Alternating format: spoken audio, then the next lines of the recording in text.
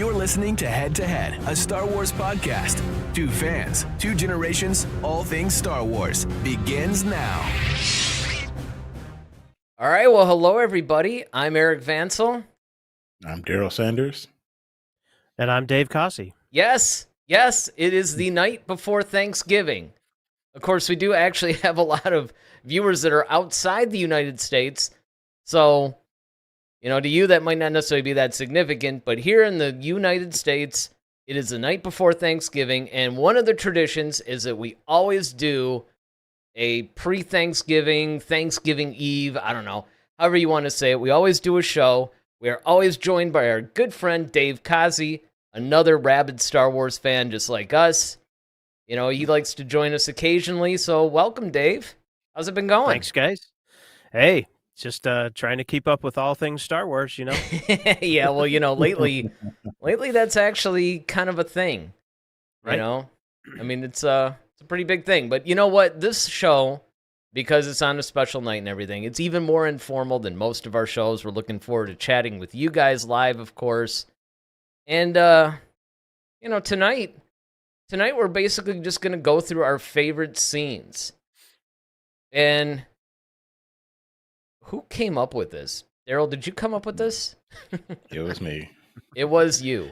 So It was me. what basically spawned you to do this or think of this? Well, I thought about it, Thanksgiving,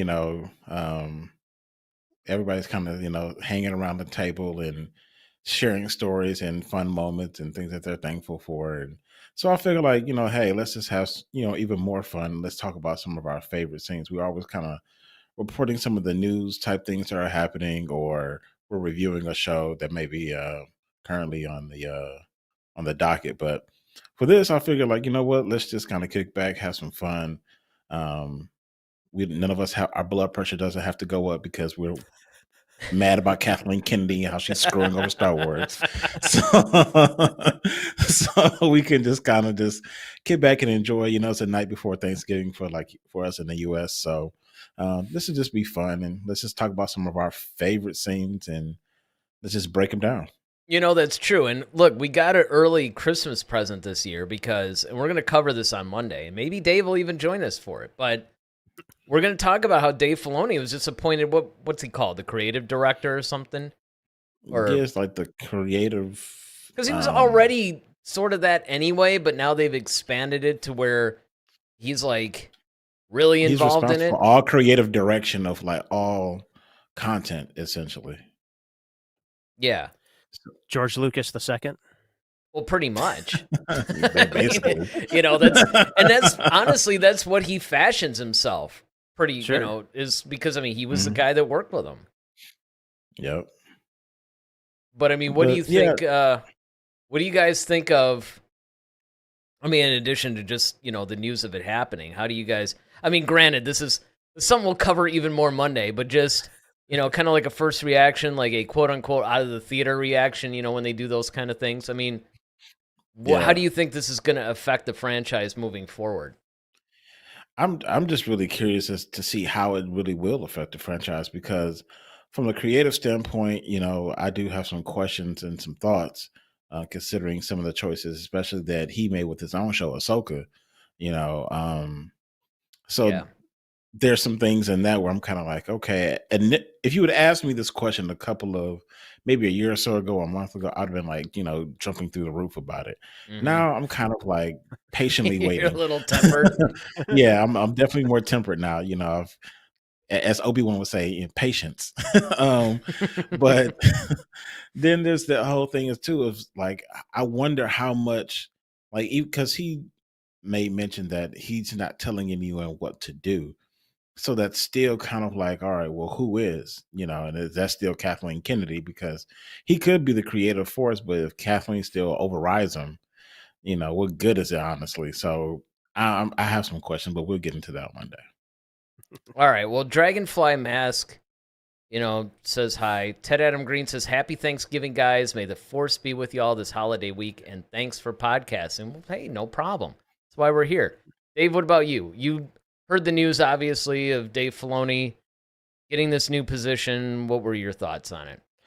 Yeah, well, at this point, I'm cautiously excited. So, I I think that kind of in the I think same we're boat as all Daryl, like but that, you know. Yeah. right, I mean, that's Star Wars, isn't it? yeah, right, Or cautious optimism, I think, is right, how we're all hanging on. Even though Kathleen Kennedy has done her best to erode the entire franchise, somehow I think that, we're still. And a lot of that is because, look, we all know better than anybody that Star Wars is still a solid franchise. All they have to do is start telling really good stories again, and the franchise just gets back on.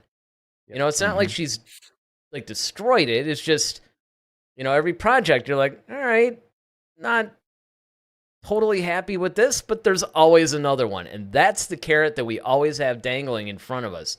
There's always the exactly, Yeah. next one. Yeah, you exactly. got the whole Yoda approach. Like, no, there's another. Man, I almost spit up my drink on that one. See, That that's was what tonight crazy. is for. That is Well, what everybody's tonight getting is about for. to get before you Yes, get plastered at tonight the bar. Spit out your drink. tonight is about spitting up drinks and, and basically, Because we do have some comedic elements for tonight's show. oh yeah. Well, and that's basically, we should probably talk about how this is going down tonight, honestly, is that, okay, so each of us basically picked our 3 favorite scenes, but we had to do them in categories, right? So like, we picked our favorite dramatic scene, our favorite comedic scene, and our favorite action scene. Because Daryl, as you pointed out when you came up with this, there's a little bit of drama, a little bit of comedy, a little bit of action, obviously, in Star Wars. That's what makes up the franchise. So Mhm. before we roll these things, I want to talk to each of you guys. I don't care who starts. It's informal, right? It's a conversation. But how did you guys go about picking your scenes? Well, I'll go first on that one. So, when I got the assignment from Eric, it said, uh, All pick right. one scene in each of these categories, um, and it can be from the entire franchise. So that's where I decided to give like not just the films, but the other parts of the franchise a fair shake as well. So I went to animation. I also went to the live action series. So I picked one film scene, one animation scene, uh, Hmm. one live action series scene. So that's kind of how I went about it, and I picked my favorite scene in that category. And Yeah, there were ones that clearly jumped out when I started thinking about the entire franchise. So yeah, you were Hmm. definitely less lazy than us. I mean, and look, and Daryl, of course, we got to hear how you came up with yours, but just from my own perspective, I mean, I could have drawn from the expanded universe. I could have drawn from the comics, the novels. I mean, there's so much stuff, but I was trying to, and I don't know, maybe this is what you were trying to do as well, and that is keep it like the most impactful of each of these. And for me, I think that Yeah. pretty much fell in the films. Yeah, for me, I think, when I came up with mine, I had, when you think about the entire franchise, I mean, let's be honest, there's tons of stuff that we can, tons of scenes that, are like, man, this was so cool, or man, that was hilarious, or, you really felt the tension in some moments, because you can have everything from like porks flying around to something R2D2 is, or a chopper going off on, it's endless, you know what I mean? And it's really kind of hard. But for me, I just really thought about like, man, what scenes do I always um just love? Like when I see them, when I even though I've seen these films like, millions of times or these shows hundreds of times, I always have to run back in the room just to see it again because it's still like one of my favorites, so that's kind of how I went about, picking mine. Yeah, kind of like the go-to basically. It's sort of like, okay, Yeah. whenever I think of each of these categories, what are the scenes that I just basically go to every time? Or And another way there that you can approach this, what would you tell other people Like if you were trying to Yeah. introduce them. Yeah, and there's some of my I mean, there's some that I left because people would say, like, man, how'd you leave this? I was like, I know it's hard. It's really difficult, especially like a lot of the action scenes. Man, like it- between the live action and series and the movies, I mean, that's really difficult for me. Oh, I So, know. Yeah, there's so many. you By know. the way, did anybody, check out my little Thanksgiving porg up there? Man, I Yeah. saw that as we started. I was like, is that a pork? I was like, oh, that's Yeah, hilarious. that's a porg. That's kind of our. I remember doing that for our thing last year when I created this thing, and it's kind of like, yeah, I had to do it. I mean, look, we gotta. It's Thanksgiving, but we have to keep it. We have to keep it Star Wars, right? Well, what's funny is because, you think about Chewie, man, that's Oh, I Thanksgiving. He was know, about to go to town when right? he had that one roasting over the fire. I mean, that's once again another comedic. That's what I'm saying. It's just so many things That's true. that. That's something that I could have easily put. I mean, spoiler alert. None of us actually put that scene, but that is a Right. scene that could have easily have been on there because it was so hilarious. And that's the other thing 'Cause too. when I Like, saw it in the theater, like I died laughing. and that's the thing. Everybody starts Yep. rolling when they see stuff like that. But I think that part of it is there's no shortage of comedic scenes. I Mhm. mean, honestly, the comedy was one of the hardest things to choose. Absolutely. All right. Well, with that, I mean, look, we've all got our scenes. We're going to go through them.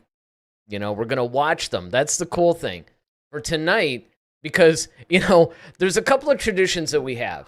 The first one is we always do a show the night before Thanksgiving. The second thing is we always do a show that endangers our channel the night before Thanksgiving. Right? I mean, our one and only copyright strike that YouTube was like, nope. I even appealed it. They're like, nope. And that was when we showed the Family Guy something dark side. Like we actually reviewed the holiday special a couple of years ago. Or actually 3 years ago. 3 years ago we did the holiday special. Maybe I'll put a link in the description. Or the comments. Actually, that's what I'll do. That was a fun show, by the way. That was a fun show. Yes, that was a fun show. If you guys have not seen the three of us reacting, and not just reacting, but we watched it. And not only did we watch it, but it wasn't like a lot of the other YouTube channels, where you kind of hear it and maybe they edit it. I mean, we literally, you see how we have, I always do this wrong. See how we have this window over here? We literally had the holiday special playing in that, audio and everything. And we just sat there and just reacted. It was like Mystery Science Theater 3000. That was such a fun show. That was cool because one, nobody cares about the copyrights on the holiday special. Right. If anything, we would have gotten a strike for even unearthing it again. Right. They probably got a strike just for showing it. Like, why would you do this? Right? Like, But we then end the up in Facebook following jail. year, we ended up doing Family Guy. Yeah. I think we did the Blue Harvest, right? Blue Harvest. Yeah, it was Blue Harvest. Yeah, we did Blue Harvest because the idea was for each one of the Thanksgivings we were gonna do like Blue Harvest and something Dark Side, and I forgot what the Return of the Jedi one was called. It's a trap. It's a trap, yeah. So that was our plan. We were gonna do that. First one though, we didn't just we got like a warning. We got like all this stuff. I tried to appeal it. It didn't work. And so I was like, all right, we had to abandon that. Last year, if you guys remember, we ended up talking about Kathleen Kennedy and how she was ruining the franchise. That was an interesting, maybe not so festive discussion, Cheerful. I guess. Yeah. Yes. Right. So this year, of course, Daryl comes to the rescue, because we're sitting there going like, what are we going to talk about tonight? Because we always want to make it either something big. Like we could have easily have done the Filoni thing tonight, but we already had this plan. So it was something fun. We always like to do something fun. So without further ado, we're going to start out with the drama. So this is going to be, each of us had picked our favorite drama scenes. And the way that's going to work is I'll go first, then we'll do Daryl's, then we'll do Dave's, and we'll just pretty much continue in that fashion. So for the one that I chose, I basically chose for the drama scene, For me, it was the whole Luke and Vader talking on the Death Star right before he was bringing him to the Emperor. To me, that was a really poignant scene. It was one of, I don't know, I thought it was really one of the most dramatic scenes in Star Wars. There, when he's kind of bracing himself and thinking about it. Yeah, I mean, that was the first time that we actually saw Vader in a more vulnerable, contemplative, maybe it was almost like you saw a little bit of, wow, maybe he is thinking about turning, You saw the humanity in the machine in a way. There you go. That's it. It was the humanity. Then he kind of, I don't know if it was gave up, but he was thinking, you could almost tell he was thinking in the back of his head, I can't do that because I will be destroyed by Palpatine if the Emperor's going to kick my butt. Well, here's the ironic thing about that, though. This is the thing that always tripped me out, right? So pretty much up until this point, and of course, again, all this is happening in reality. This is years after, Return of the Jedi was made. But if you're just going in chronological canon, Vader had been trying to train up all these guys, what's his face? Starkiller? Starkiller, yeah. Starkiller, there's a bunch of other people. It's like, okay, you finally basically have the guy who has the best chance of helping you vanquish the Emperor. So you almost wonder, well, what was the struggle there? Because you would think that Vader would be like, you know what? Because, again, he already hated the Emperor for what he did to Padme and, all this other stuff. You almost wonder, maybe this is the stuff that's going through Vader's mind when he was just thinking, he obviously didn't want to do what he was doing. Well, it's funny because initially, like in Empire, he told Luke, he's like, we can overthrow the Emperor and we can rule the galaxy together as father and son. So it's like, that was always kind of his plan. Yeah, but what changed then? For Luke, I don't know. I mean, that's that's what I'm saying. It's like, okay, now you got Luke actually there saying, "Hey, man, turn to the light side. Whatever." we can do this. I think it was difficult. I think his whole point was you don't know how, you don't know the power of it. Like you don't know how hard it is to once you're this low to climb yourself back. Like he didn't think there was any hope. Seduction, the constant seduction of the dark side. To act in that way, and I always wondered too. Did Palpatine still have something over Vader at that point? Was he still holding something over his head? I don't know. Well, part of it was that suit. As I've been, delving more into some things, Palpatine designed that suit to cause Vader pain. Yeah. Because that pain was actually going to enrage him and make him uncomfortable, which would fuel his dark side rage, which keeps making him more powerful on the dark side. So that's another thing. I think that's why Vader was trying to, tell Luke, you don't understand. Even if I wanted to, just being in the suit is going to make me dark, because it's so uncomfortable. It's cumbersome. Right. Look, you guys are basically implying that Vader is a big keyboard warrior, right? He talks a big game, but then when he actually has the opportunity, he doesn't do anything. I mean, and as far as the suit goes, it's interesting you bring that up because actually in more canon stuff, right? Like a lot of the comics, some of the books and everything, he actually tweaked the suit. He tweaked it out so, obviously it would function better for him in battle and things like that. But he also, it wasn't so much like Palpatine could easily do stuff to him. In fact, I remember one of the comics, Vader actually used red lightning, which is even more deadly than the blue lightning that the Emperor uses. So there was definitely a fear thing on Palpatine's part when it came to Vader too. It's interesting that when Vader actually had the opportunity to overthrow the Emperor, especially in light of the fact that we had just seen a scene where the Emperor was basically Vader felt Luke's presence. The Emperor's like, really? Are you sure? Because I'm not seeing anything. It it's showing that Palpatine is weakening. So it just makes me wonder, like, what would have stopped Vader at this moment if he has Luke, where Luke's like, listen, we can, you can come home. We can celebrate Life Day together. I mean, it's we can work this out. We can go to therapy. We can do some therapy. Maybe you can come back. You can meet my friends.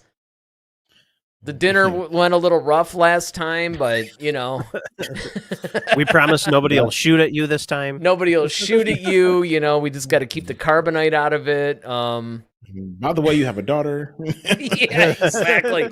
Yeah, you want to. Dragonfly Mask joins the conversation. He says maybe because he saw Luke's conviction when he jumped, showing he'd rather die than join him.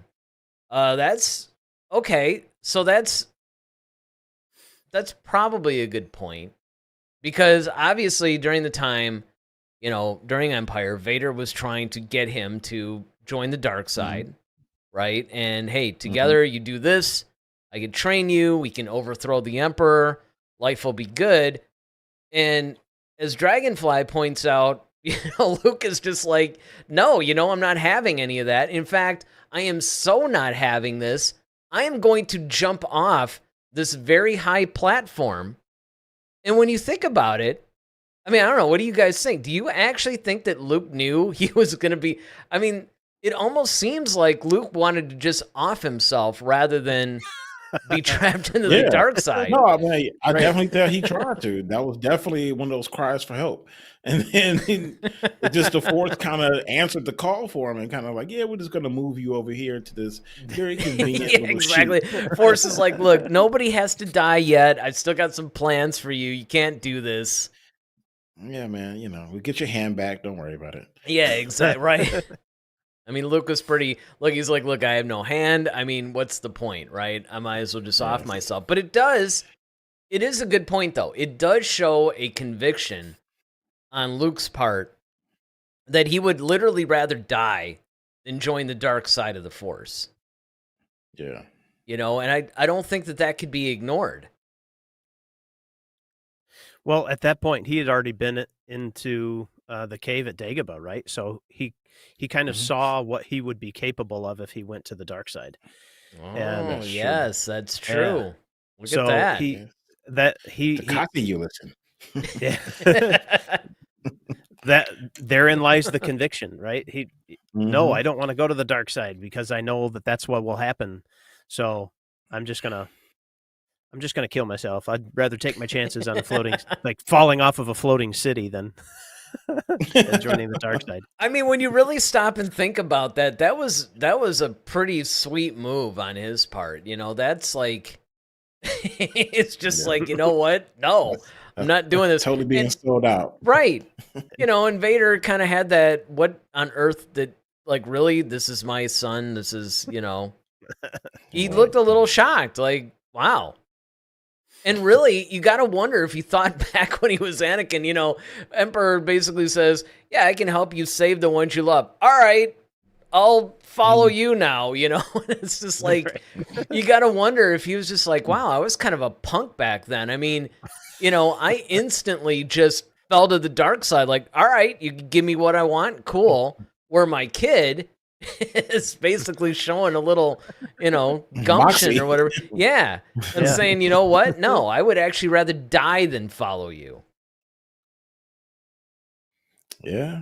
That's all very good points. Oh, that's too funny. All right. So let's go on to the next one. It would be Daryl's. Daryl, I mean, it's basically kind of a similar thing though, because we're still dealing with,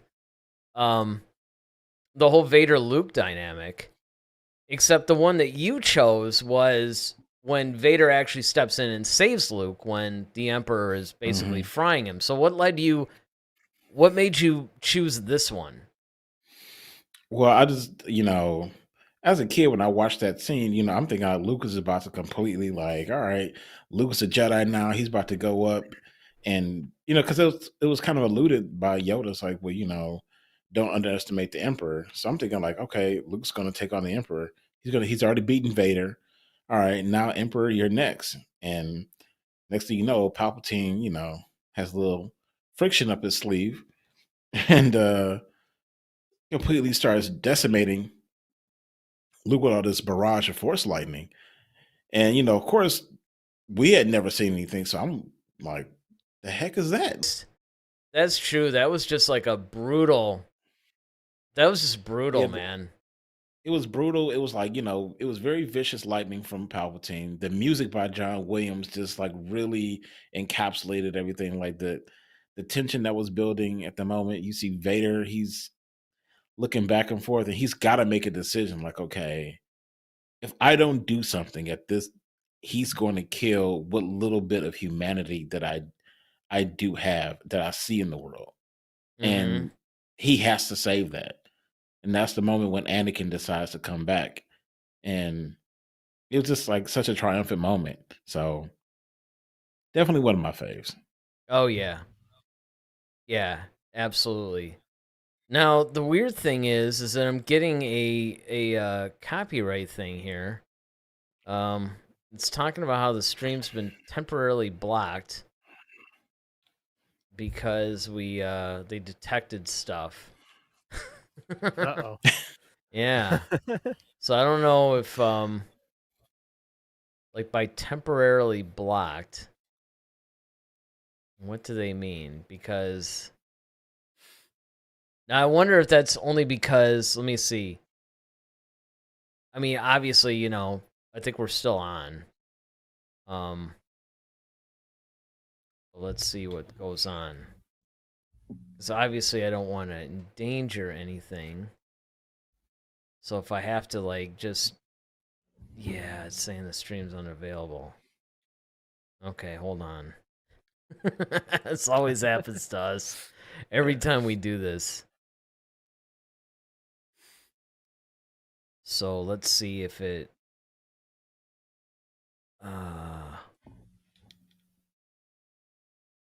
actually, it says it's temporarily blocked. It's stream suspended for policy violations. Oh man, did we get like another one?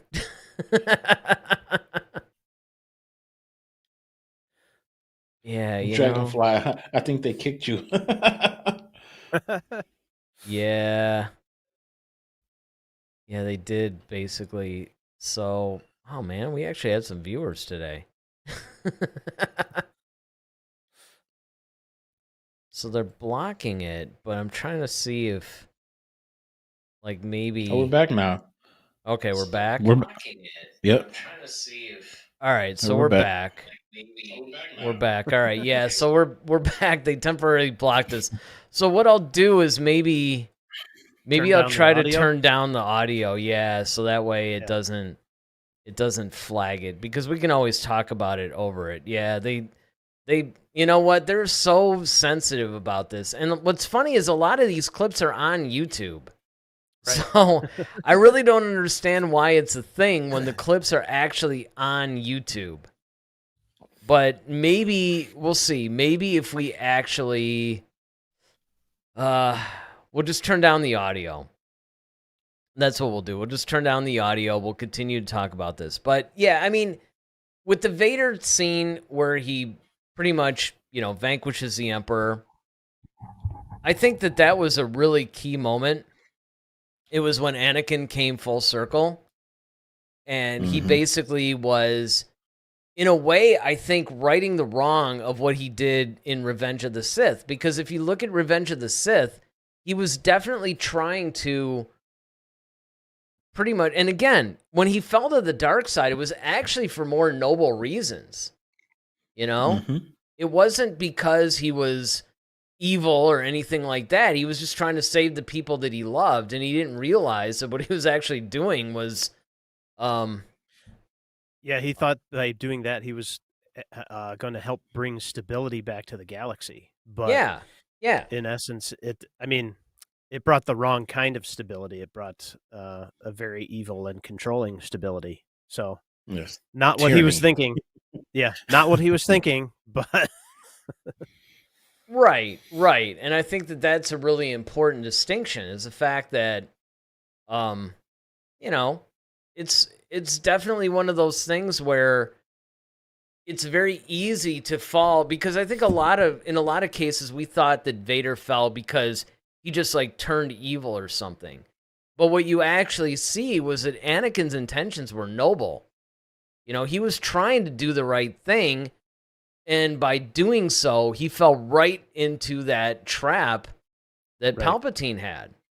Mm-hmm. You know, and I think that what this scene was doing was it was almost righting that wrong. It was almost a juxtaposition, even though obviously the prequels hadn't been fully fleshed out. Lucas did have the story, though. Mm. And so I think what you were seeing was this was the opposite. Like, okay, now Luke is in the same position that I was in a sense. He actually did the right thing. He rejected the dark side, and now, you know what I'm saying? It's like he's going Right. to now yeah, I vanquish mean, the it's- Emperor. And it was a self-sacrificing thing, by the way. Well, yeah, and like in the prequels, it was basically he was a Jedi that became a Sith, saving Palpatine, and in this situation, he's a Sith that saved a Jedi, and still, and this time, he didn't save Palpatine. So it's Right. kind of like this complete reverse. Right, right. And I think that that's something where it was a very poignant thing. And again, with all the choices that you could have made about, what you could actually choose as far as dramatic scenes, right? Because, look, the bottom line is, if you go through the films, you go through the live action TV shows, you go through the animated shows, you go through the novels, the comics, there's a plethora of that stuff. I mean, there's a lot. But these are key moments, what we brought up. They're very key moments. And even though I think some people might consider them somewhat cliche, really, if you think about it, I mean, these are really defining moments for the franchise. Wouldn't you guys agree? Oh, Definitely. absolutely. Well, yeah, Daryl, you would. It was your choice. I mean, I don't know if I should really give you a vote on that one. Well, But we'll vote for no confidence and but I mean, again, these are the kinds of things, and this is what makes Star Wars Star Wars. This is what actually makes it very special. And I think a lot of times maybe people have a tendency to forget that. Maybe Absolutely. people get so lost in some of the drama that's happening behind the scenes, the current woke agenda, a lot of the other things, but there's a timeless, I'm trying to think of how I want to put this actually. There's like a timeless thing, I guess for lack of a better term, right? That you really don't, it really transcends everything, because the story is something that we've seen over and over in a million other stories. And I think that this is something that you definitely can agree that it's a defining moment in Star Wars. And so for that reason, I would say, yeah. In fact, it's funny that you brought this up, because on one hand, I was thinking about that very same scene. I was thinking like, oh man, which one do I really want to do? But I chose the one that I did because that whole conversation between Luke and Vader was something that we had never seen before from Vader. And it was also just such a telling thing. I mean, we see a little bit in Vader's relationship with Obi-Wan in that one. We see that he actually does care for Luke. He's trying to do the right thing. But he also, as Dave had mentioned earlier in the show, he feels a little bit trapped by his circumstances. Exactly. So those are, I don't know, it's tough because, like I said, there are so many dramatic scenes. Okay, so now Dave, Yeah. you actually chose something from one of the animated shows. So set us Yes. up for this one. Yeah. So this is from Rebels, and this is probably one of the most dramatic scenes, I think, in Rebels. It's toward the end of season 4, and it takes a lot of those storytelling ideas, like someone's loved one is in peril, a mentor sacrificing themselves, and then it, the way that it's treated is with very little dialogue, with It's going to be imagery. very little dialogue right now. Yeah, Yeah, we can't play the audio. But imagery and music and the soundtrack really evokes a lot of the really dramatic things that happen in films, like the scene that we just saw. The orchestral score really swells. The choir comes in. Mhm. You know that there's something dramatic happening when the choir starts singing. So, and that you get that kind of thing here with the scene that I picked, and this was from, like I said, Rebels season 4, episode 10, called Jedi Knight, and this is basically where Kanan dies. He sacrifices himself to save the team. So, Hera has just told him that that she loves him. He's about to say it back when that blaster bolt comes and hits the fuel pod, and we'll see in a second here. He's using the Force to shield the fire from his team in the back, and because he doesn't want them to come to harm.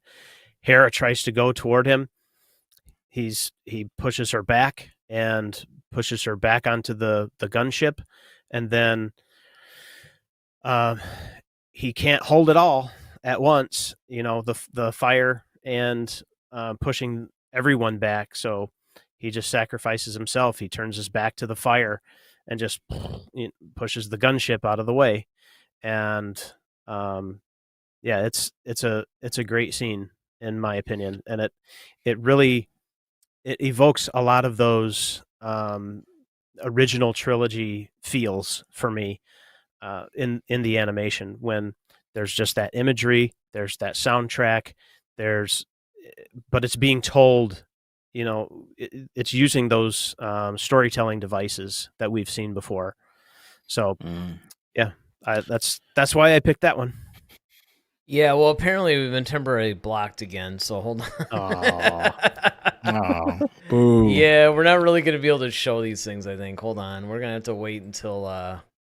screenshots then, yeah, huh? until we get back on. I mean, maybe if I switch back and forth really quick. Dude, this always happens to us.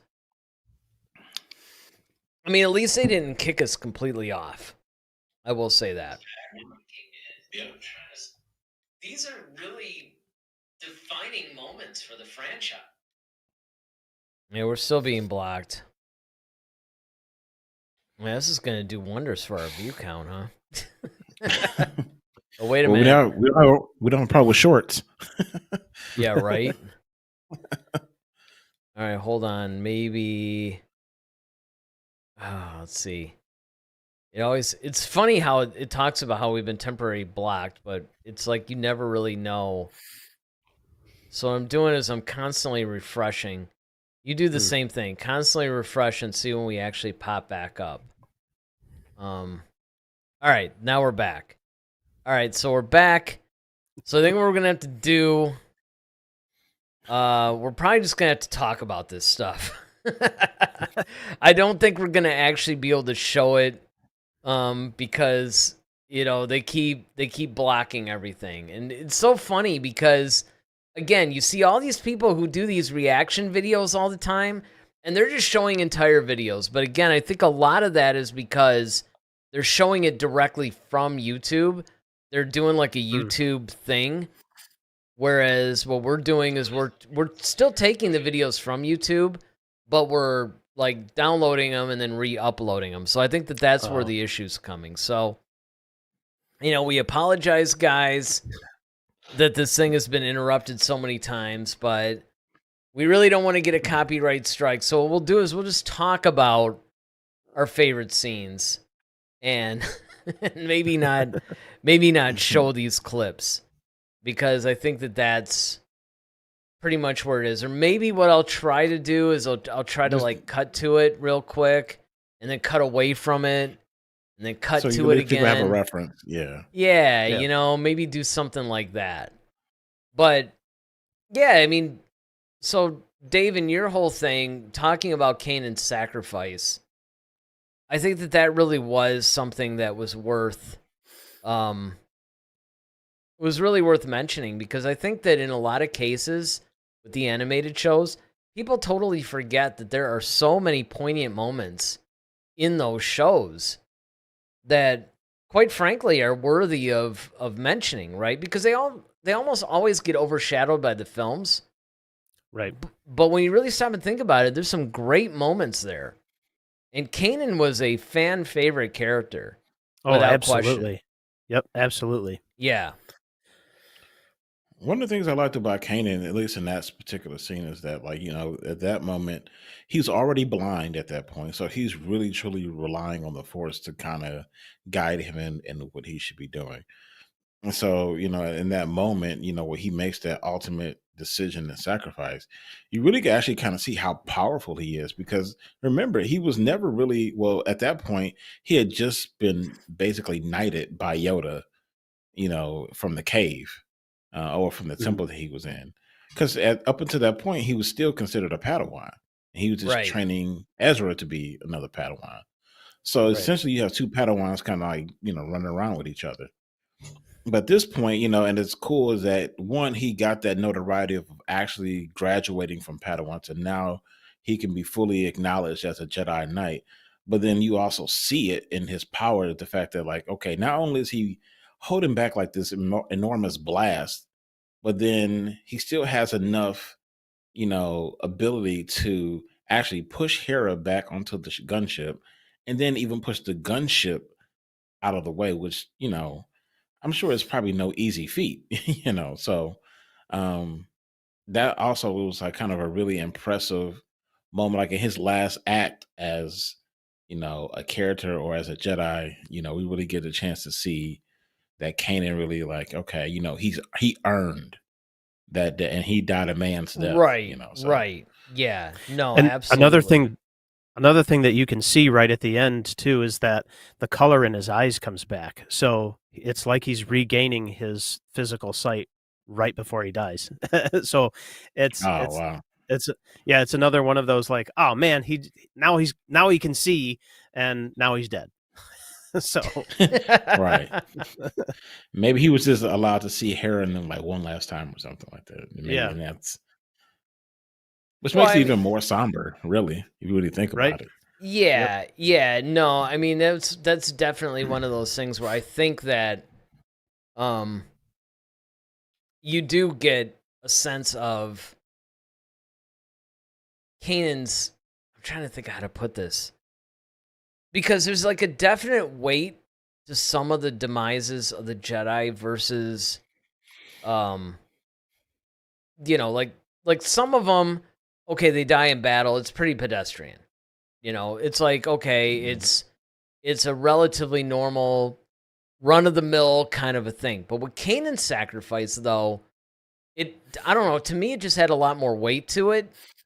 And it was a really nice bookend to the character, I thought.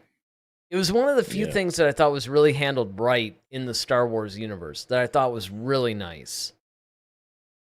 Yeah, Dave Filoni did a phenomenal job, just, you know, telling the story of a lot of all these characters, quite frankly. But oh yeah, you know, man, the evolution of Kanan, you know, and his ultimate growth and development, and it allowed room for him. And that's one thing that you notice in Star Wars, like the master has to die in order for the student to really ascend into his own power, you know, because you can't, because it's like, you know, it's almost a little different than, you know, having a kid. You know, eventually you have to cut the cord, as they say, and allow your child to actually go out into the world and trust in everything that you kind of put into them and let them kind of navigate their own way. And as long as you still are holding on to them, they can never really ascend to who they're supposed to be. So, you know, we've seen it all between Obi-Wan making that sacrifice for Luke. We saw Luke making that sacrifice for Rey. We've seen it. Yoda did the same thing for Luke. So, it's a common theme that we see where the master eventually has to let the Padawan go, but it's usually, in a demise sense. Yeah, that's actually a good point, because in a lot of cases, the master usually has to die in order for the Padawan to then ascend, for lack of a better term. I mean, it's one of those things that you have to try to, and I guess it's the only way, because honestly, if the master still lives, there's always that crutch that the Padawan could have. Mm-hmm. Because if you think about it, it's like with Obi-Wan, with Qui-Gon, to a degree, Ahsoka with Anakin, and in this case, Ezra with Kanan. Because once Kanan passes, then obviously you had this rise of Ezra. So I think that's cool. All right. So I'm almost afraid to try this, but now we're gonna roll the move dice and take your yeah, chances. we're gonna roll the dice and take our chances. So this is gonna be the comedic section, right? So this is the best comedy scenes that each of us felt, or at least the three that we chose, right? Each of us chose what our favorite comedic scene would be for the whole Star Wars franchise. And again, nothing would have been off the table. I mean, we could have picked something from the comics. We could have picked something from any of the animated shows, the movies, the live action shows, books. All of it would have been on the table. And anybody that has read or consumed, I should say, all the content, there's a lot to choose from. But I have to say that, so for me, for my choice, I had to pick when Harrison Ford talks about, that's not how the Force works. When he's talking about that to, Yeah, Finn, he's like, well, how are we supposed to do this? Like, and Finn is like, we'll use the Force. We use the Force. Yeah, we'll just use the Force. Not how the Force works. It's like, that's not how the Force works. Because one of the things that I absolutely adored about The Force Awakens was the fact that you actually saw Han Solo basically embracing the Force, right? Like, because this is always something that he either denied, like in A New Hope, or even throughout the rest of the franchise, he more or less just, like, he wasn't really in tune with it, It was a hokey religion to him. Yeah, exactly. Yes. And one of the things that I thought was really cool, like when he ignited the lightsaber and cut open the Tauntaun, I was like, wow. It's kind of cool seeing Han with a lightsaber. I don't know, there's just something about that character when he deals with the Force. And so even in The Force Awakens, when, he's talking about Snoke, he's talking about Palpatine, he's, there was just something. And then, of course, when he gave that really great speech about, the Jedi, the Sith, all that, it's all true, all of it. And when he kept saying that, I was just like, wow, dude, it's just so cool to see that from Han. I don't know.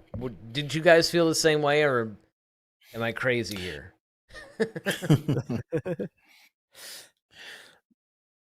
Go ahead, Daryl. No, I don't think you're crazy at all. I mean, it was actually one of my favorite scenes in The Force Awakens, for a couple of reasons. But the main reason, well, one is the one you use, actually, Eric, is because Han was like, oh, there's no all powerful thing controlling my destiny, and he's like, yeah.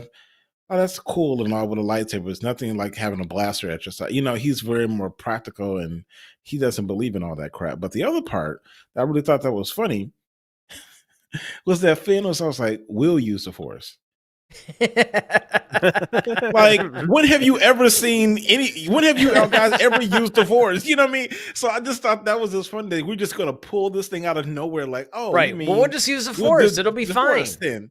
Yeah, it'll be fine. Like, and I was almost wishing Han was like, and you know how to do this, like, because that's basically what he was saying. Like, that's not how the Force works. But I mean, it was just so cool to hear, like, because Han, of course, never really was in tune with the Force. He didn't believe in it and none of that stuff, right?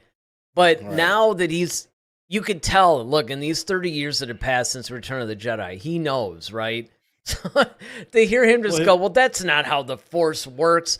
I mean, to me, coming from him, because we all know how he is, it was just such a full circle moment for his character to me. And he probably got a lot of Force education from Leia.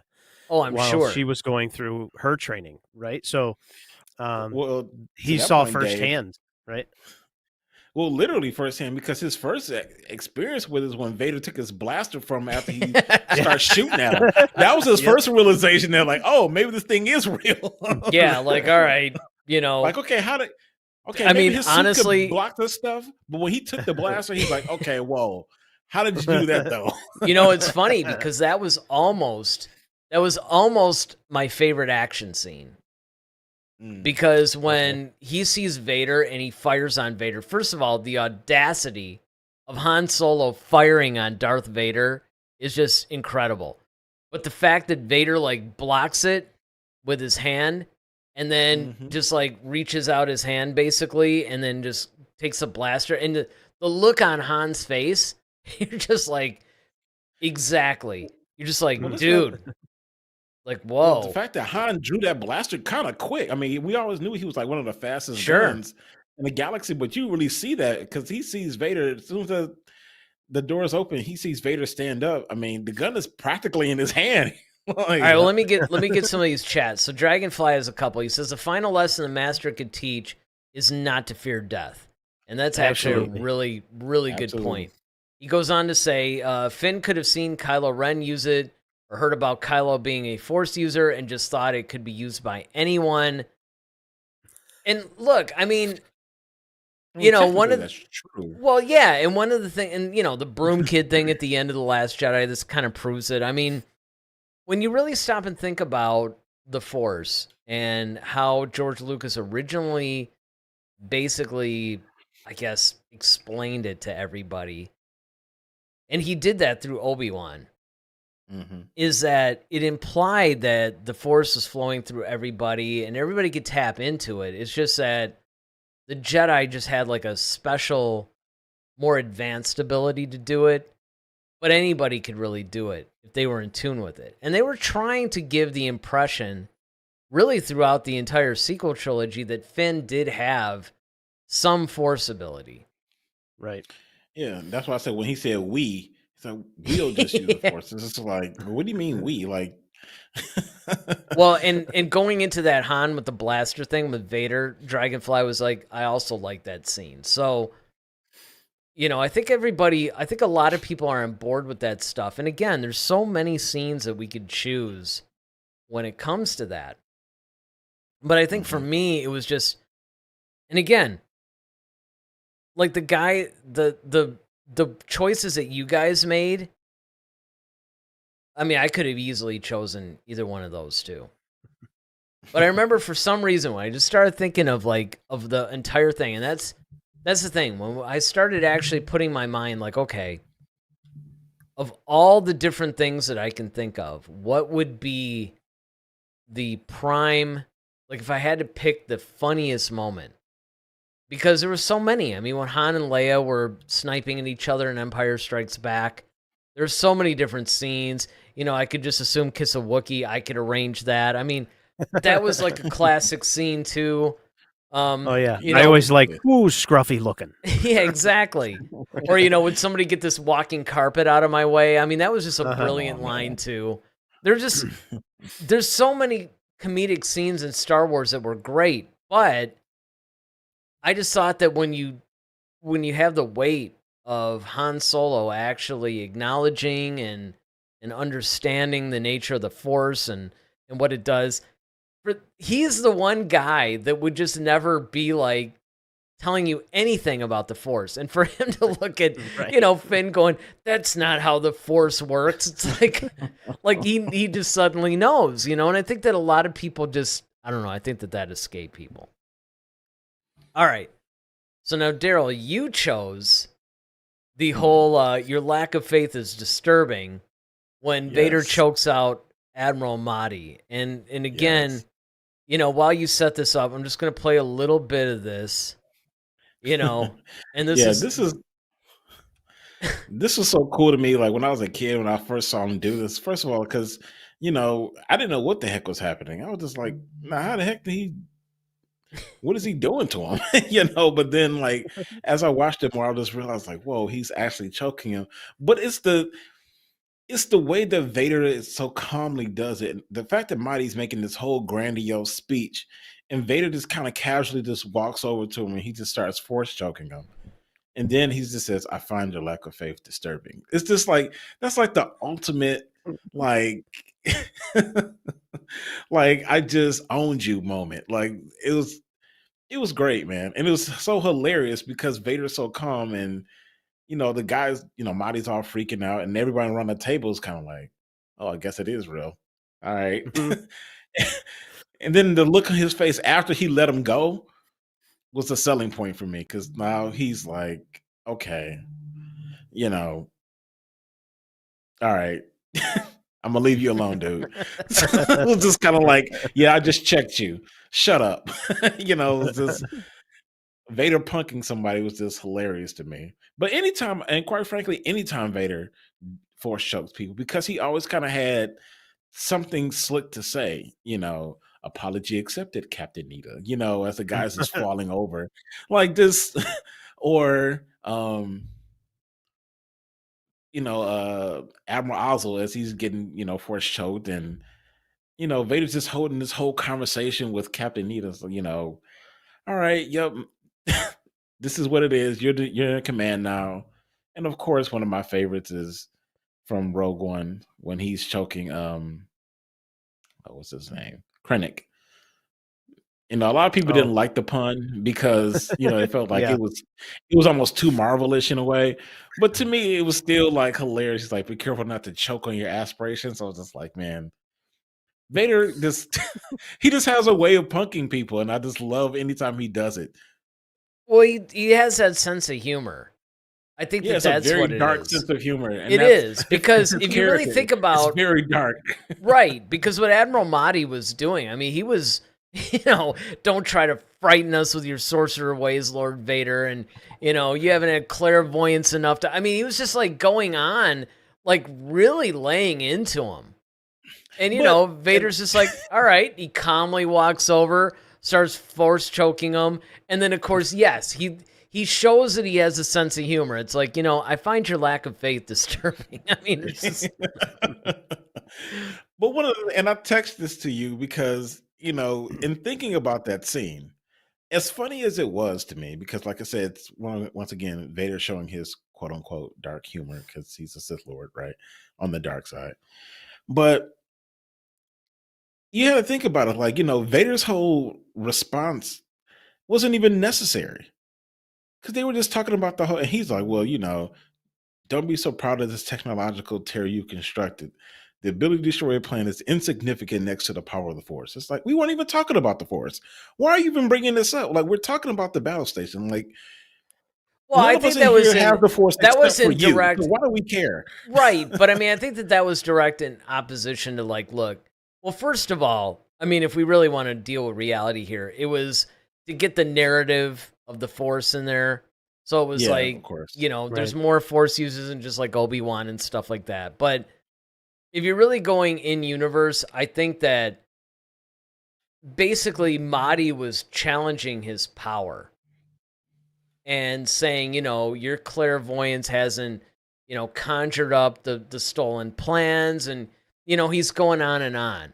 And But that was basically, after though. yeah, but Vader was basically that was before he was choking him. Because he Yeah. basically says, don't try to frighten us with your sorcerer ways, Lord Vader. Your clairvoyance hasn't conjured up the stolen data tapes, and he went on like that. Mhm. And then, of course, he chokes him. And he's basically like, don't be too proud of this technological terror you constructed, and on it goes. And I think what Vader was trying to do there was like, look, you're super arrogant about the Death Star that you created. But Mhm. I am showing you right now that the Force basically is the ultimate power in the universe. And I could pretty much wreck all of you guys. It's like, Yeah. you know. Mahdi was trying to jockey for higher position. And, Vader was like, I don't think so. You're still an underling to me. Right. So. Right. He's basically trying to be like, you're all arrogant because of this thing, but you personally have like zero power compared to me. And you're coming up on me and talking to me like that. Yeah. Right. The Death Star's not going to protect you in that case. And I think that was really what the main thing was on that one. So, of course, now that leaves you, Dave.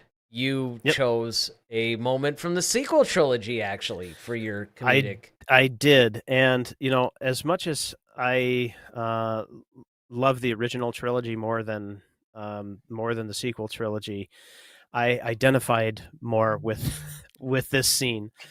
This is where Luke is training Rey on Octu. Oh, yeah.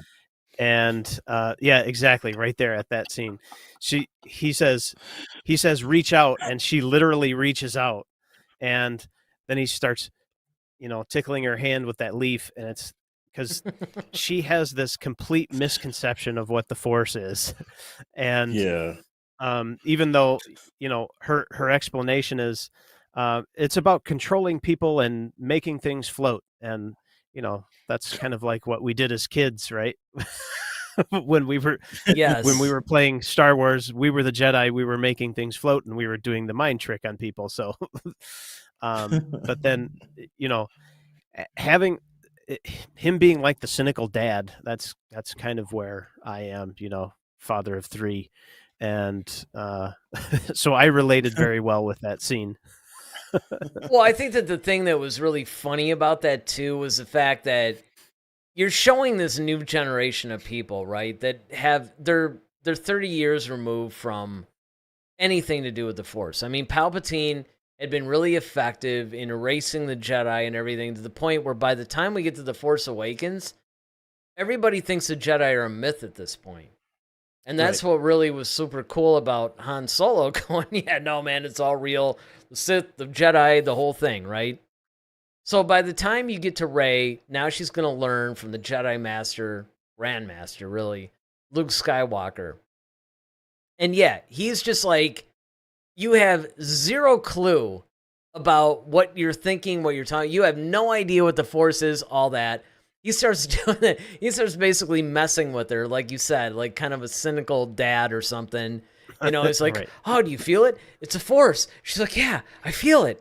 And it's just, he really must be strong with. I mean, and it's just so dude, funny, I almost went like, after this show, I gotta watch that scene again just for because it's so funny, because all of us have been teachers, right? So we've all run up on students who think they know things and they have no idea what the heck they're talking about.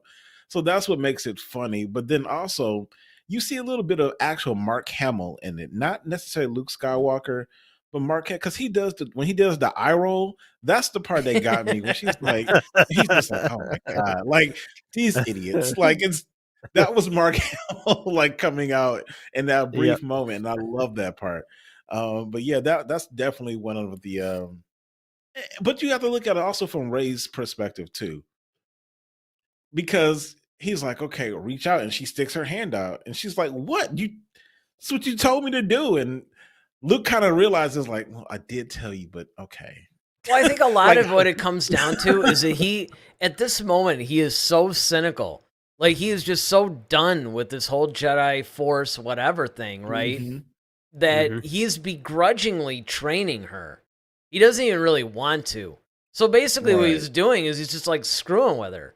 Because like you said, we've all been teachers, right? There's been times where you're just like, you know what? I'm just going to mess with this student just because I kind of feel like doing it, and it's wrong, but whatever, And I mean, I think that's where Luke was at that point. Yeah.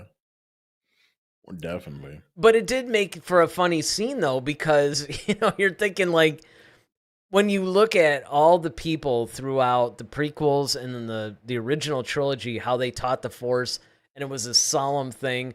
I mean, that was a really humorous, funny thing to do to somebody that's learning. Yeah. And Especially because she has no idea. no idea. And she's just like all getting excited and freaking out, and you're just, you're kind of, I mean, it's just like a different spin on it, I mean. But it's almost smacking her. Yeah, it's almost kind of reminiscent, though, if you think about it, of when Luke was on Dagobah and Yoda was screwing with Luke. When he kept trying to make him irritated, he's like taking stuff out and chewing on this dinner and throwing it like, oh, how do you get big eating food of this kind? He's like, hey, what are you doing? Stop, you're gonna break that. Like, he's just frustrating Luke. Right. And he was trying to frustrate Luke to see how he would react to that. And that is a good point. Yeah.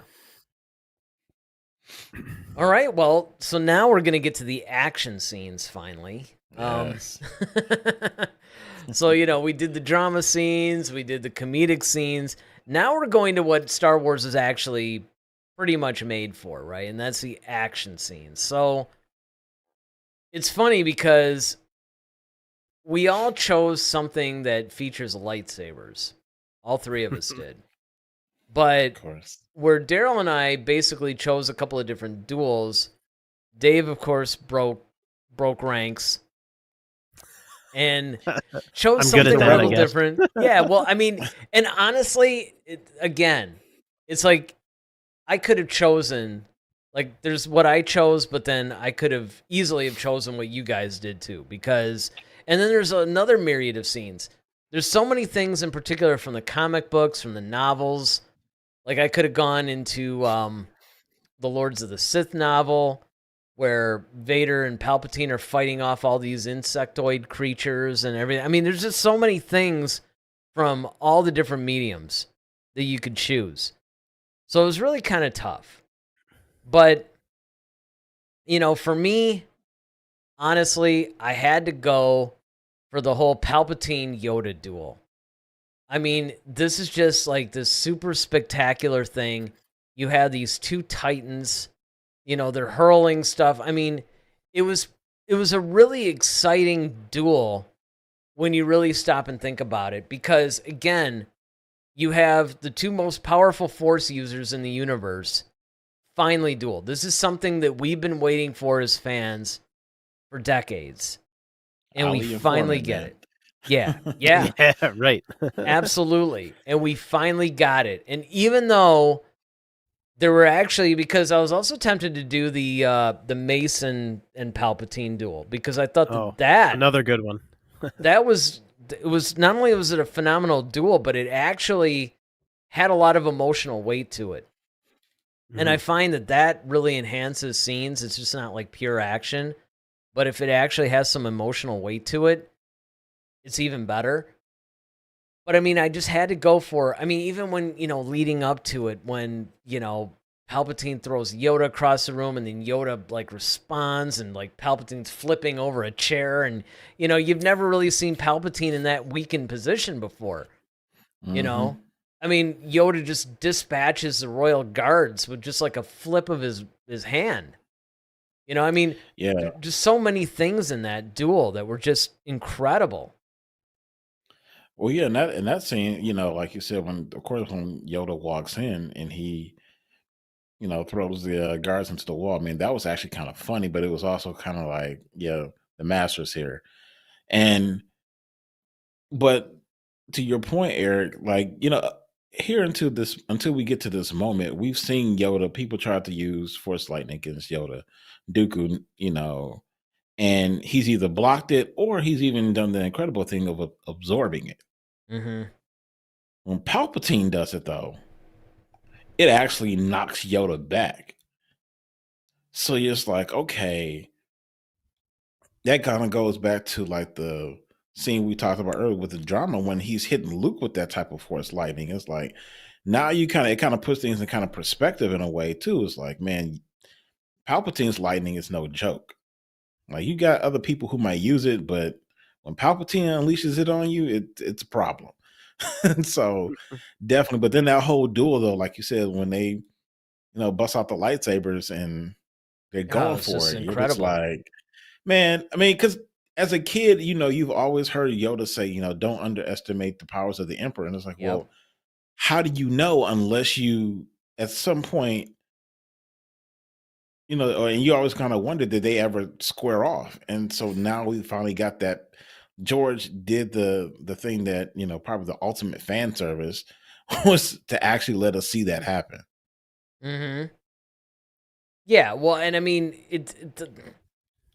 I mean, the thing is that Palpatine was the first, kind of like what you said.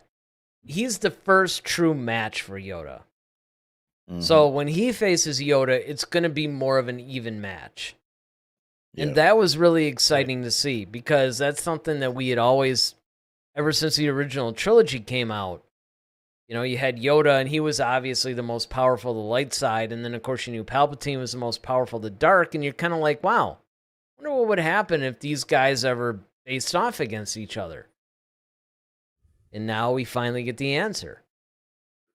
And I think Palpatine had an unfair advantage there too, because that was basically his Senate chamber. So he acted like he's practiced throwing those Senate pods around before. Whereas Yoda, he was just like, let me just get this one and get it spinning and then throw it back.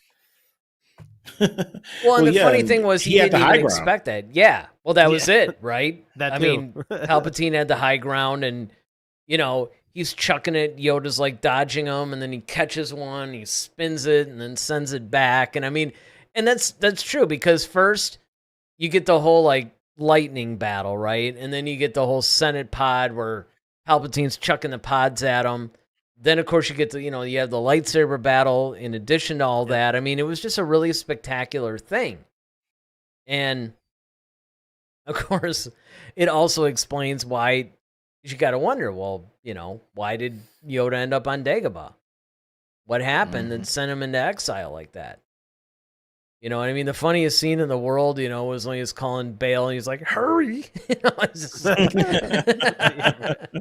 like, get me out of here, man. Right. And then, of course, there's a whole thing where, I mean, Palpatine was like, all right, well, are you sure he's dead? Where's the body kind of a thing? I mean, because he knows. And so it was just that kind of excitement where you had the two titans of the light side and the dark side really meeting. So now you, Daryl, you ended up choosing what would be the other temptation to choose, and that would be the Anakin Obi-Wan, the epic battle that everybody had been waiting for since all the rumors of how that whole thing went down when Episode 4 was released. And I was like an 8-year-old kid, and we heard that they were fighting, and then he pushed Anakin in this lava, and that's kind of how he got mangled up. And it actually had somewhat of like a Joker origin story kind of vibe to me.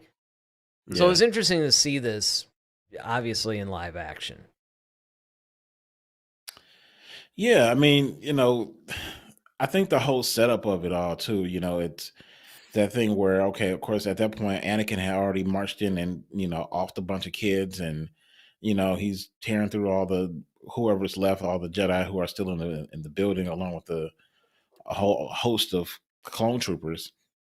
And then, it's like, all right, the somber moment of when Yoda has to, tell Obi-Wan, it's like, well, if you're going to go into that recording, only pain you're going to find in there. And he's like, well, I got to know. And then he sees it, and he has to come to, he's like, well, look, I'll go after the Emperor. And Yoda's like, you got to contend with your, he's like, well, I can't kill him. And it's, once again, it's very indicative of, when Luke said, I can't kill my own father. It's one of those moments like when you have someone so close to you, that's the worst betrayal. It's like when it's someone so close. They're like brothers. And, you see their relationship like throughout the whole film, where they're kind of joking with each other when they initially on the onset, it's like, all right, hey, this time we'll take them together. I was about to say that, just you see the brotherhood really. And so then when you get to this moment now, where they're like, when Obi-Wan's yelling at him, it's like, the heck are you doing? He's like, you pledging yourself to, this, you're the chosen one. You're supposed to be fighting against us. The heck are you doing? And Anakin's like, well, if you're not with me, you're against me. And Obi-Wan's like, well, I guess I got to do what I got to do. And then you see the battle. And just once again, you see how well they know each other because they're basically shadowing each other's movements. And it's like one big dance. And this is like one of the best lightsaber duels. Here too, I would have said, the Darth Maul, Obi-Wan, and Anakin was probably like one of the best lightsaber duels we had, any of us had even seen. And I wouldn't even count the Dooku Yoda thing because we kind of knew who was going to win that one. But this one right here was it's number one, the longest lightsaber duel in Star Wars history. Oh, it had the most weight to it, as far as, and then, the music accompanying it and just the swordsmanship. Once again, the director, the choreographer, Nick Gillard, man, did a phenomenal job of just absolutely choreographing like all in the hours these two guys just put into making it happen. That it was cinematic gold to me. So I had to put this in there. Definitely one of my favorite scenes of episode 3. So thanks for choosing that one. Well, I mean, and you're not wrong. I mean, look, this could have easily have been my favorite as well, because like you said, I mean, you take everything that was true about the Yoda Palpatine thing, other than the fact that it's the two absolute titans of the Force. Mm-hmm. It could easily be applied to the Anakin Obi-Wan thing because you have these guys who were once brothers who then. And what's funny about it was you got the impression when you were hearing the rumors about this that they were going to grow to hate each other or something like that. And really what you find is, one, you find Anakin's paranoia because he thinks that Padme is going to die and he's got to prevent it somehow. Then he starts getting suspicious of Obi-Wan and maybe Obi-Wan somehow interfering in there. So that's already been a seed that's planted. And I'm sure Palpatine obviously has been perpetuating that. Yep. Absolutely. Yep. And so because of that, now you get to the point where Anakin feels betrayed by the Jedi. And honestly, when you really look at everything that's unfolded, you can't blame him. No, you can't. And that was the brilliant thing about Palpatine, was just that he kind of already knew what was going to happen. Mm-hmm. Because they didn't show it in the movie, but there's the deleted scene of like where the council basically asked Anakin to be a spy on Palpatine, and Palpatine was like, Anakin's kind of like, well, Palpatine's like a father figure to me. I can't do that to him. Exactly. And it's kind of against what we believe anyway. So are you guys telling me we're gonna have to break our own rules? And so that's why Anakin starts looking at the Jedi a little funny, like, hey, okay.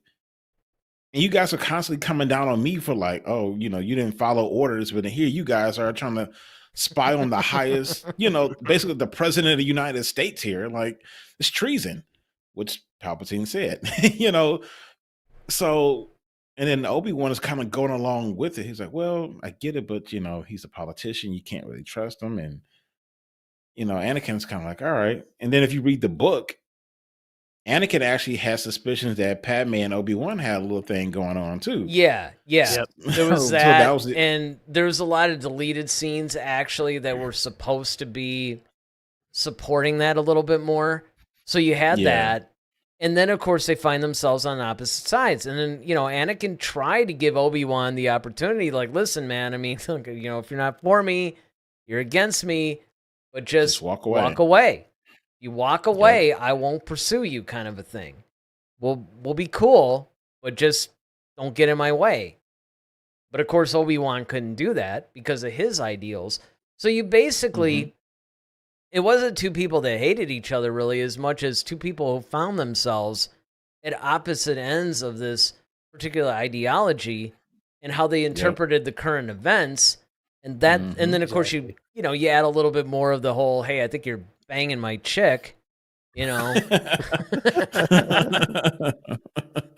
So Force pushing Padme. yeah, and you're kind of wondering, like, Anakin's just going, all right. I mean, I get you're pregnant, but it's mine, right? I mean, I'm not can't gonna you sense it? Yeah, exactly. And I mean, look at how far gone he was, where he ended up basically force choking her, even. So That's right. and he was doing all this to save her. I mean, everybody forgets that it was a noble reason he was doing this. Then he starts getting delusions of like, well, look, maybe the emperor is corrupt. So fine, I'll take over. We'll overthrow him and it'll be my empire at that point. Which, by the way, there is a What If comic series coming out. It might even be a cartoon series. I don't remember which one it is. It's either a cartoon or a comic. It's a whole what if thing. And one of the episodes is going to deal with what if Anakin had overthrown the Emperor and it became his empire. So that's kind of cool. Yeah, that'll be interesting. Oh, yeah. Yeah. So now that we had the Emperor Yoda thing going, and then, of course, Daryl, you come up with the Anakin Obi-Wan thing. Dave, your whole scene actually comes from one of the greatest moments of the live-action TV shows. Yes. Mandalorian Season 2 finale. So go ahead and set this one up for us. Yeah, so this one, to me, I guess a little bit of background. I was a big fan of the Timothy Zahn novels in the 90s. And that was really, I guess you could call it during the Star Wars dark times, where there really wasn't much content coming out except in book form. So reading those and seeing, not seeing, but reading about Luke being this more all-powerful Jedi Grandmaster, able to do things that, we hadn't really seen in the films, I loved that. And this scene in The Mandalorian reminded me of, this is Luke at close to his height of power, right? He's able to, like you're just showing there, he's able to take a droid and just crush him with the Force. And that's the kind of things that that Zahn wrote about in the novels that he did. So I was, on the edge of my seat watching that whole scene. As soon as the X-Wing came flying in past the viewport of the ship, and oh man, that was great for me. Just seeing him dispatch those droids very quickly and very easily was very fulfilling for me. Well, it's funny, too, because there's like a bunch of stuff. First of all, I think that was Dave Filoni answering all the fans, where in The Last Jedi, everybody wanted Luke to, quote-unquote, ignite the green, right? Yep. And we instead got grumpy Luke, and he was disillusioned with the Force, and then he dies. That was Filoni going, all right, look, we're going to show Luke kind of the way you guys wanted to see him, and it makes sense for that time period, too. But absolutely. I think another thing you got to look at when you're showing Luke's absolute power there is remember that it took like Din just every ounce of firepower, energy, and everything he had just to dispatch one of those guys. Like one of those droids was almost invincible to virtually every other character on the show. Luke comes in and faces like 20 of them. With ease. Slashes them, outmaneuvers them, crushes them with the Force. I mean, it was just like, man, and that was what we really wanted to see from Luke Skywalker. And it's funny because how naive I was, because I didn't even see it coming, right? I mean, they did a really good job at hiding that fact at the end of season 2. And I remember just, seeing this X-Wing, I thought it was one of those dudes that we had seen through the whole series. And I'm sitting there going... The New Republic. Yeah, one of the New Republic guys. And I'm like, oh, cool. All right, the New Republic's coming. I'm like, well, I wonder how they're going to do it, And then of course, Luke jumps out. I'm like, wait a minute, is that Luke? I think that's Luke. You Yep. know, the green lightsaber and all that. Because, you know, the other thing, there were a lot of rumors that it could have been Ezra. It could have been the dude from Jedi Fallen. I mean, you know, it could have been, like, there was a bunch of, and I remember there was even some publicity stills that they showed Plo Koon. What? Yeah. I You know what? I didn't see that. Oh, yeah, man. I'm going to have to send that to you because there was like, they were trying to throw people off the trail. Okay. And and so they had it to where, like, there's that end scene where, like, the door opens and, you know, Luke's there with the lightsaber. They actually had some stills of Plo Koon. I should have actually put that, you know, as part of our thing here. But, yeah, it was pretty crazy, you know, how they were doing that. And it was really bizarre that this was one time where you just had no clue at all. You know, they really kept that secret because people were really trying to figure out, you know, what was going to happen and how it was going to, you know, impact the season finale because everybody sort of knew that, you know, this could happen, right? And so I think that was one of the things that, you know, definitely was pretty cool. I mean, I thought it was pretty cool. Oh, for sure. Yeah, when I first saw that, I saw the X-wing and I was like, "Wait, no, that can't be Luke, can it?" And so I went and I said I couldn't have been the only one to react this way. So I went and looked at I watched some reaction videos on YouTube after I watched the episode, and there's some of them they were the same way as me. As soon as that door opened and there was Luke, I jumped up. Well, here you go. Here it is right here. That's the concept art from yeah, so that was human hands. Yeah. He's got human hands, so that would have been a giveaway to me. Yeah, well, that was the thing. It was just like the concept art that they were going to do where they were going to show you know, they were trying to throw people off the trail obviously. Yeah. So, you know, yeah, I thought that was funny. But yeah, I mean, when you look at it, he's got human hands. It's like, all right, you know, the dude in a Plo Koon mask.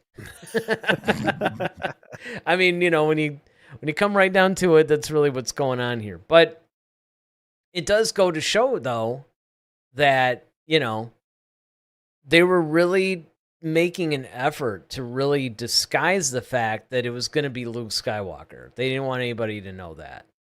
Right. But I mean, I think that when you look at everything in its totality, you know, when you talk about some of the things we talked about, I mean, there's so many different scenes that we could have chosen when it comes to even just the films. You know, we talked about a lot of the things that we could have put in the films. I mean, for one thing, I could have even chosen what you guys chose, right? I mean, that's one of the things that I think really makes this particular show so cool is the fact that there literally is so much to choose from. And it's interesting, you know, what you can do. I mean, even some of the things here, you know, you had the whole like trench run from A New Hope, you know, that was exciting. The whole ending battle scene actually from A New Hope was unprecedented, exciting, nobody had ever seen before. It still holds up today. Absolutely. You know, Han Solo during all of Return of the Jedi was actually kind of hilarious. You know, so I mean, there's just so many things that you can point to, I think, where you go, wow, you know, I mean, there's just so much in Star Wars where you have a lot of comedic moments, a lot of dramatic moments, a lot of action moments. And this is one of the reasons why I always said, as we did on our Halloween show when we talked about a Star Wars horror film, you could actually do genre films with Star Wars because you look at these moments and say, well, you know, if there's a bunch of comedic moments, Star Wars does comedy so well, and there's a particular flavor of Star Wars comedy that you can then turn into a comedic film. It doesn't, you know, we always brought up romantic comedy, but it doesn't even have to be. It could just be a straight up comedy. Yeah, I mean, you know, we've often talked about, like you said, Eric, that, you know, Star Wars can actually fit into multiple genres based upon what it's able to do well, whether it's Mm-hmm. action, comedy, drama. There's tons of dramatic scenes in The Empire Strikes Back. From the whole Leia and Han kiss to Han being frozen in carbonite to um, so much. So I think that, all in all, Star Wars has provided us, tons of great moments. That's why this episode, exists, because we just wanted to recant some of our personal favorites, even though we can kind of go on and on all night long about it. But yeah, this has been really fun for me. And hearing it, I would love to hear, our listeners and viewers, what are some of your favorite scenes? If there are any that we didn't cover, definitely drop those in the comments as well. Well, yeah, I would have to say. I mean, first of all, while we're wrapping the show up, absolutely. I mean, you still have a little bit of time in the live chats if you want to do it, but basically, that's what we want to do. We want to hear from you guys. What is your favorite dramatic moment, comedic moment, and action scene from all of Star Wars? It doesn't have to be just the movies. It could be anything from, the animated shows, the live action shows, comics, novels, even old expanded universe. Doesn't matter. We just want to hear, what are your guys' favorite things? Because, yeah, I mean, like you said, we can go all night. I mean, this is just such a fantastic thing. And that's why with this whole Thanksgiving special, we wanted to do something, well, special. Also, hopefully something that wouldn't get us kicked off of YouTube. It seems like no matter what, we can never win with these Thanksgiving specials. We always do something that endangers our status on YouTube. So now we got Dragonfly coming in, and he says, action scene, it's got to be the Battle of Geonosis. That was, it was funny. There's another one. Yeah, I was actually thinking about that with the graphic that I had up. Instead of the whole trench run thing, I was actually looking at some Battle of Geonosis shots, because that, other than maybe the Battle of Scarif, as far as more ground-based battles, that was probably the most spectacular. Because first you had the whole Jedi thing in the arena, then you had another whole Clone Wars, Clone Trooper component to it, just in, the general planet or whatever. And then there's Kashyyyk. Yeah. There was, when you get to Revenge of the Sith, it gets even crazier. So, yeah, man. If you want to do comedy, you could do the Battle of Naboo. When you got Gungans, tossing these little energy balls and they're bouncing all over the place, and they're making these little Teletubbies. Boom, boom, boom. Like, what the heck is? You gotta wonder though, would that be unintentional comedy, or do you think that? Well, you know what? Knowing Lucas, that probably was intentional. I mean, right. Just putting it out there. But yeah, no, you're right. I mean, that that could have easily have been the thing. But again, I mean, there's so many different moments in each of those categories from the entire franchise that it would be really cool to see what some of the viewers are actually going to come up with. Now, obviously, during Thanksgiving week with the holidays and everything, this is why we do this like night before Thanksgiving thing, before we're going over to families and, having dinner with them and, doing all the things. This is kind of like our cool little, we get to hang out a little bit. So obviously there won't be a Friday show, but Monday we're going to be back, and we're going to be talking about Dave Filoni now taking over as creative director. Is that what the title is? Essentially. That's what whatever it is. Now Filoni is kind of like the guy over the entire franchise, where it's not just like people are floating ideas past him. I mean, he's literally going to be involved now from the inception. And even Chief though he's Creative Officer. Yes, that's it. Chief Creative, because he was a creative director. That's what they made him like a couple of years ago. Yeah, but now he's a chief. Now he's a chief creative. That just sounds like a totally made up title that they just. I know. I mean, what does that even mean? Well, I guess we're gonna find out, and we're gonna talk about it Monday, and hopefully Dave can join us too, so we can have a nice three-way little conversation about it. So anything you guys want to say wrapping up? Daryl, to the order? I just wanted to Want to wish everybody in the U.S. Happy holidays, happy Thanksgiving. Those who are celebrating, if you're out partaking in some libations, please be careful, be safe, and yeah, we look forward to seeing you all on Monday. Yeah, so don't drink and drive, because that's true. The night before Thanksgiving, it's the biggest bar night of the year. So if you're out there getting obliterated or whatever, make sure that you're not driving, so that way you can actually join us on Monday. Yes, There call a you go. tauntaun. Dave, anything? Yeah, just thanks for having me on again. It was fun, and we'll have to do it again for sure. No, absolutely. I mean, this is it's one of my favorite things about this. It's like a tradition for us. It's been great, and we've actually been able to do it the whole time, so it's been phenomenal. So all right. And then Dragonfly Mask, of course. You know what? I got to get this. I got to put this up because it's complimentary, and I like to put complimentary things on the screen. He says, "Great show, guys." Well, we appreciate that. Guys. I appreciate it. Yeah. And of course, look, we got a boatload of new subscribers over the last couple of weeks, like a lot. So we want to welcome you guys. Hopefully, you guys are going through our videos and liking them, and if you haven't yet subscribe to the channel, because, again, we're trying to grow this community, bring in a lot of people to chat, and just get a bunch of different ideas going, because that's what we like to do.